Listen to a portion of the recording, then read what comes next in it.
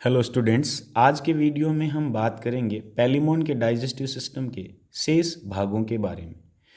कल के वीडियो में हमने स्टमक के कार्डियक स्टमक वाले पार्ट तक पढ़ा था। स्टमक का दूसरा पार्ट जो होता है उसे पाइलोरिक स्टमक कहते हैं, जो कि एक थैले के समान संरचना होती है तथा कार्डियक स्टमक के नीचे की तरफ पाई जाती है। स्टमक का ये जो भाग होता है वो दो चैम्बर्स में बटा होता है। पहला चैम्बर जो होता है वो डॉर्सल चैम्बर कहलाता है और ये ऊपर की तरफ होता है। दूसरा चैम्बर जो होता है वो वेंट्रल चैम्बर कहलाता है, जो नीचे की तरफ होता है। आप यहाँ ये देख पा रहे हैं कि वेंट्रल चैम्बर का जो फर्श है वो ऊपर की तरफ उठ करके वेंट्रल चैम्बर को दो भागों में बांट देता है। इसके अलावा वेंट्रल चैम्बर के अंदर हिपेटोपेंक्रियाटिक डक्ट्स है वो आकर के खुलती है अपने छिद्रों के माध्यम से, तथा पाचक रस इन छिद्रों के माध्यम से पाइलोरिक स्टमक के वेंट्रल चैम्बर में आकर के मिलता है। फिर उसके बाद में यदि हम बात करें कि जो डॉर्सल चैम्बर है, उस डॉर्सल चैम्बर के माध्यम से ये जो स्टमक है वो मिडगट के साथ जुड़ता है। मिडगट व डॉर्सल चैम्बर के जंक्शन पर एक सीटी या सूक पाया जाता है जो कपाट की भांति कार्य करता है। कल अपन ने कपाट या वाल्व के बारे में ये बात की थी कि ये ऐसी संरचना होती है जो किसी भी पदार्थ को एक दिशा से दूसरी दिशा में जाने तो देती है लेकिन वापस आने से रोकती है। तो ये वास्तविक कपाट न होकर कपाट समान कार्य करने वाली संरचना होती है। फिर उसके बाद में स्टमक के बाद जो दूसरा भाग होता है वो मिडगट कहलाता है। ये एलिमेंट्री कैनाल का सबसे लंबा भाग होता है। जैसा कि आप डायग्राम में देख पा रहे हैं, ये जो पार्ट है वो सबसे लंबा भाग है तथा पूरा एब्डोमिनल सेगमेंट्स, या ज़्यादा सही कहें तो ये छठे उदरीय खंड या सिक्स्थ एब्डोमिनल सेगमेंट तक पाया जाता है। इसके अलावा दूसरी महत्वपूर्ण बात इसमें ये होती है कि यहाँ क्यूटिकल की लाइनिंग नहीं पाई जाती। जैसा कि अपन ने ये कहा था कि भी फॉरगट और हाइंडगट के अंदर क्यूटिकल की लाइनिंग या स्तर पाया जाता है, उसे इंटीमा कहा जाता है। वो इंटीमा यहाँ पर एब्सेंट होता है। मिडगट का जो कार्य होता है वो ये होता है कि ये थोड़ी मात्रा में भोजन का अवशोषण करती है, क्योंकि अधिकांश मात्रा भोजन की जो अवशोषित होती है वो हिपेटोपेंक्रियाज में अवशोषित होती है। फिर उसके बाद में हम कह सकते हैं कि जो एलिमेंट्री कैनाल का अगला भाग होता है वो भाग हाइंडगट कहलाता है, जो सबसे अंतिम भाग माना जाता है।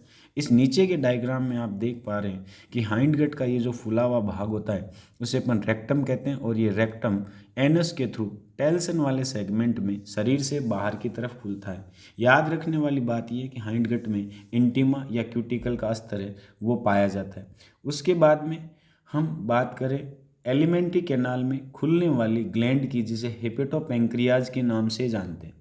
हिंदी में इसे यकृत अग्नाशय ग्रंथि के नाम से जाना जाता है। डाइजेस्टिव सिस्टम के अंदर दो भाग मुख्य रूप से होते हैं। एक तो एलिमेंट्री कैनाल, जहाँ भोजन को रखा जाता है व पचाया जाता है, तथा इस कैनाल के अंदर खुलने वाली ग्लैंड्स, जैसे कि हम कहते हैं हमारे अंदर लार ग्रंथियाँ, अग्नाशय है, यकृत है, जठर ग्रंथियाँ हैं, आंतरीय ग्रंथियाँ हैं, वो खुलती है आहार नाल के अंदर। ठीक इसी तरह से पैलिमोन की आहार नाल के अंदर हिपेटोपेंक्रियाज नामक ग्लैंड खुलती है। नाम से स्पष्ट है कि इसमें यकृत और अग्नाशय दो शब्द जुड़े हुए हैं, तो ये इन दो की भांति तो कार्य करती है, यानी यकृत और अग्नाशय की भांति तो कार्य करती है। ये तीसरा कार्य करती है आंत की भांति। अग्नाशय की भांति ये पाचक रसों का श्रावण करती है, आंत की भांति ये भोजन का अवशोषण करती है, तथा यकृत की भांति ये वसा, कैल्शियम व ग्लाइकोजन है उसका संचय करती है। ये इंपॉर्टेंट लाइन है, ध्यान रखना कि ये वसा, ग्लाइकोजन और कैल्शियम है उसको स्टोर करती है, आप ये कह सकते हो संचित करती है। ये कार्य इसका यकृत की भांति होता है। फिर उसके बाद में और बातें बताएं तो हम ये कह सकते हैं कि इसकी स्थिति जो होती है वो सेफेलोथोरेक्स में होती है और अधिकांश भाग को ये घेरे रहती है। नारंगी लाल रंग की होती है, गोनेड्स के नीचे पाई जाती है। इसमें 4 प्रकार की सेल्स पाई जाती है जिनके नाम आपको दिखाई दे रहे हैं: granular cells, ferment cells, fat deposited hepatic cells और बेसल सेल्स। ये जो महत्वपूर्ण ग्रंथि होती है इसके अंदर भोजन का पाचन भी होता है। इसे अपन इंट्रासेलुलर डाइजेशन कहते हैं। इंट्रासेलुलर डाइजेशन का मतलब वो डाइजेशन जो सेल्स के अंदर होता है, और एक्स्ट्रा सेलुलर डाइजेशन वो होता है जो नली या ट्यूब्स के अंदर या आहार नाल के अंदर होता है। उसके पश्चात अगली स्लाइड में यदि अपन बात करें कि झींगे का भोजन क्या होता है और वो उसको किस प्रकार से ग्रहण करता है। झींगा एक सर्वाहारी या ओमनिवोरस एनिमल है और इसका जो भोजन होता है वो शैवाल, मॉसेस, इसके अलावा वीड्स या खरपतवार, इसके अलावा कचरा, इसके अलावा छोटे कीट, ये रात्रिचर प्राणी हैं और भोजन को अपने किलेट लेग्स की सहायता से माउथ या मुख की तरफ लाता है और फिर अपने सिफेलिक अपेंडेज मैक्सिलिपीड्स की सहायता से भोजन को होल्ड करता है। और इसके जो इंसीजर प्रोसेस जो मुख के दोनों किनारों पर पाए जाते हैं उनकी सहायता से भोजन के छोटे छोटे टुकड़े करके और उसको मुख गुहा के अंदर लिया जाता है। कल मैंने बताया था कि मुख गुहा के अंदर मैंडिबल के मॉलर प्रोसेसेस पाए जाते हैं। उन मॉलर प्रोसेसेस की सहायता से भोजन को अच्छी तरह से चबाया जाता है या पीसा जाता है। मुख गुहा में भोजन जब अच्छी तरह से पीस लिया जाता है तो वो फिर उसके बाद में ईसोफेगस या ग्रसिका में आ जाता है और ग्रसिका के अंदर मस्कुलर कॉन्ट्रैक्शन या पेरिस्टाल्टिक मूवमेंट की सहायता से ये भोजन है वो स्टमक या आमाशय में पहुंच जाता है। वहाँ पर भोजन का डाइजेशन या पाचन होता है, जो इस स्लाइड्स में अपन इसकी चर्चा करेंगे। पेंक्रियाज के द्वारा स्रावित रस जो होते हैं वो हिपेटोपेंक्रियाटिक डक्ट की सहायता से पाइलोरिक स्टमक के वेंट्रल चैम्बर में आते हैं। पाइलोरिक स्टमक के वेंट्रल चैम्बर से ये जूस है वो कार्डियक स्टमक में आते हैं। कार्डियक स्टमक में ये जूसेज है वो उस भोजन के अंदर मिल जाते हैं जो ईसोफेगस की सहायता से स्टमक में लाया जाता है। कार्डियक स्टमक के अंदर मस्कुलर मूवमेंट के द्वारा भोजन को अच्छी तरह से मथा जाता है या उसकी लेई बनाई जाती है या इसका पेस्ट बनाया जाता है, उसमें अच्छी तरह से पाचक रस मिलाया जाता है। इसके अलावा यहाँ भोजन का आंशिक पाचन भी होता है और उसे हम एक्स्ट्रा सेलुलर डाइजेशन कहते हैं। ध्यान रखना, झींगे के अंदर यदि पूछा जाए कि एक्स्ट्रा सेलुलर डाइजेशन किस रीजन में होता है तो वो स्टमक के अंदर कार्डियक स्टमक में होता है।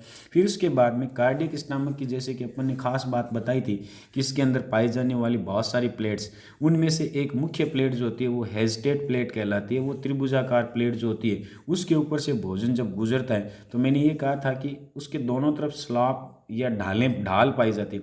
उन स्लॉप से होकर के ये भोजन वेंट्रल ग्रूव्स और उसके बाद में हम कह सकते हैं कि लेटरल ग्रूव्स से फिर अपन कह सकते हैं कि ये कार्डियो पाइलोरिक ओपनिंग के द्वारा पाइलोरिक स्टमक के वेंट्रल चैम्बर में आ जाता है। उसके बाद में हम ये कहते हैं कि इसके अंदर पाए जाने वाली सेमी लिक्विड जो मैटर या पदार्थ होता है या अर्ध तरल पदार्थ जो होता है वो पाइलोरिक रीजन में या पाइलोरिक आमाशय के अंदर जो फिल्टर पाया जाता है उसके वेंट्रल चैम्बर में, उसकी सहायता से छन कर ये जो अर्ध तरल भोजन है वो हिपेटोपेंक्रियाज में चला जाता है। हिपेटोपेंक्रियाज के अंदर भोजन का इंट्रासेलुलर डाइजेशन होता है और इंट्रासेलुलर डाइजेशन के पश्चात पचित भोजन है उसका अवशोषण हो जाता है। उसके बाद में जो बिना पचा भोजन होता है वो डॉर्सल चैम्बर से मिडगट में पहुंचता है। यहाँ कुछ मात्रा में इस भोजन में से कुछ पचे हुए जो अंश होते हैं उनका अवशोषण मिडगट के अंदर हो जाता है। फिर याद दिला रहा हूँ कि अधिकांश भोजन का अवशोषण जो होता है वो हिपेटोपेंक्रियाज में ही हो जाता है।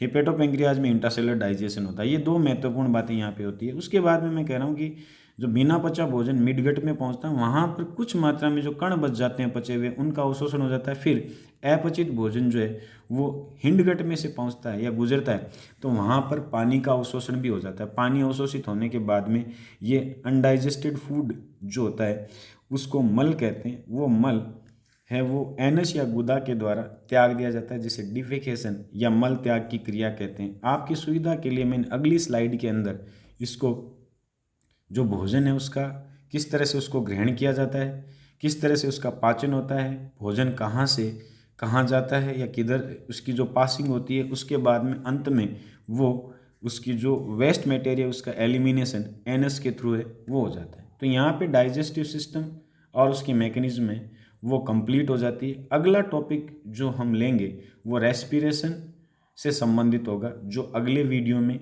हम डिस्कस करेंगे। आज के लिए इतना ही, धन्यवाद।